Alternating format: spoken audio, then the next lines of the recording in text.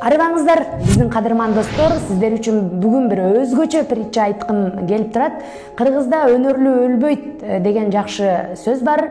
Бир падыша болгон экен, ал карапайым адамдардын кейпин кийип алып, эл аралап көп басчу экен. Күндөрдүн бир күнүндө эл аралап жүрүп, бир койчунун кызын жакшы көрүп калат.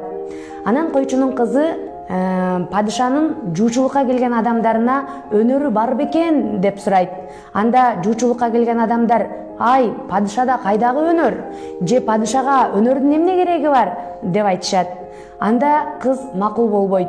Бир өнөр үйрөнүп келсин, андан кийин турмушка чыгам дейт.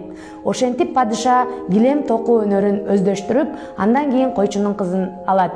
Күндөрдүн бир күнүндө адаттагыдай эле падыша эл аралап жөнөйт. Эл аралап жүрүп, каракчылардын колуна түшүп келет. Каракчылар аны алып туруп, дагы бир бай кишиге кулчулукка сатып жиберет. Ал бай киши күндөрдүн бир күнүндө кулунун килем токуп жүргөн өнөрүн байкап калышат дагы, падышанын хан сарайына жакшы бир килем токуп бер деп кулга буйрук кылышат.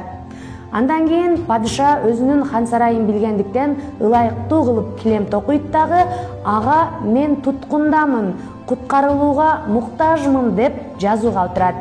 Бул килемди бай хан сарайга алып барып, ханышага тартуу кылат. Ханыша хан сарайга килемдин ылайык келгенин көрүп абдан таң калат.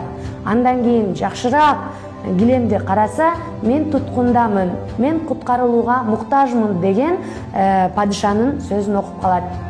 Андан кийин ал байга айтат: "Ушул килем токуган адамыңарды алып келгиле" деп. Андан кийин килем токуган адамды алып келсе эле, ал падыша болот. Мына көрдүңөрбү балдар? Өнөрү менен ал өз жанын сактап калды. Муну менен мен эмнени айтайын деп жатам? Жалпы республикалык тестилөөгө даярданып жаткан окуучу достор, эгер жакшы, сапаттуу билим алсаңар, келечекте силердин алган билимиңер өзүңөрдүн жолуңарга чырак болот. Каалаган кесиптин ээси болосуңар.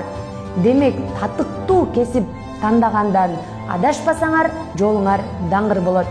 Жүрөктөн айтылып чыккан сөздөр жүрөккө жетет дейт. Балким биздин притчабыз сиздерге таасир эткен болсо, биз абдан кубанычта болобуз.